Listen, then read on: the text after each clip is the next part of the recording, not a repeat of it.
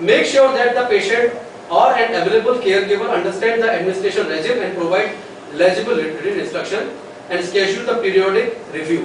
What I tell my patient, when patient comes to me, I tell them all the doctors are same.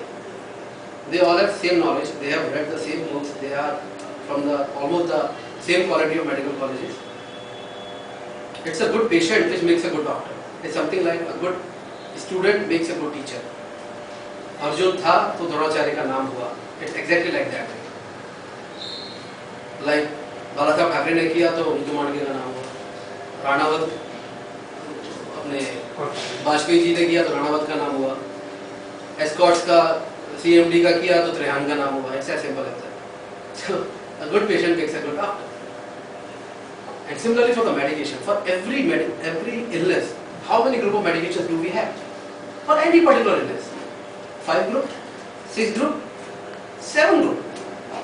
Diabetes, 1, 2, 3, 4, 5 groups, right? Sulfonylurea, biguanides, insulin, incretins, gliptins, glitazone, letazar, खत्म. इसके अलावा क्या दोगे? You are not going to invent a medicine for a patient. Simple, epilepsy, same. Cardiac, same. Everything. Important is not that. Important is the choice of drug, and more important is the timing of it. It is the timing which spoils everything.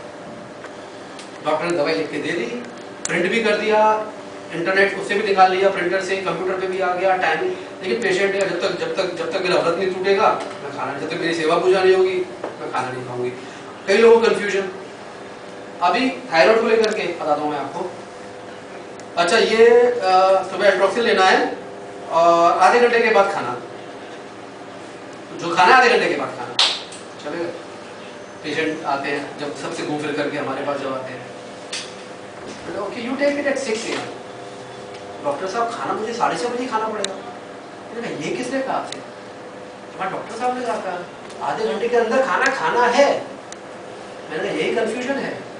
उन्होंने आपसे ये नहीं कहा कि आधे घंटे के अंदर ही खाना है. उन्होंने आपसे ये कहा कि आधे घंटे तक कुछ नहीं खाना है.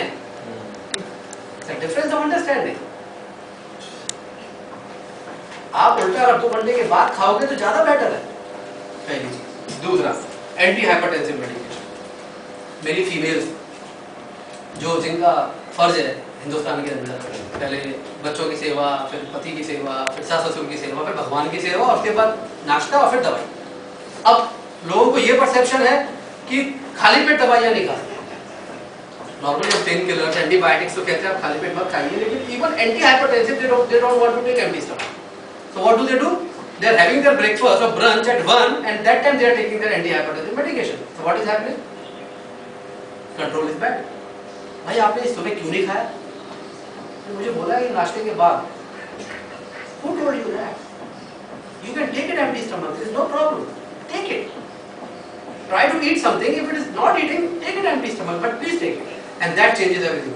Same medication, just the schedule changes, and patient starts showing the response. Patient is happy. Usually क्या होता है?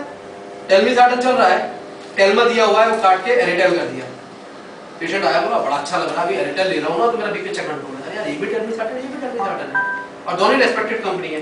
एक ग्लेनमार्क है, ये तो बनाते हैं टेलमिसार्टन. सॉरी रेंडेक्सी, ये तो बनाते हैं, क्योंकि आपने टाइमिंग को मैनेज कर लिया. वही अगर आप if this can be taken care of, loose statement देने की बजाय स्पेसिफिकली पेशेंट को बताया जाए, it is always going to help. Thyroid तो बहुत ही कॉमन है. सर आधे घंटे में कुछ तो खाना है, तो वो 15 मिनट में खा लेते हैं.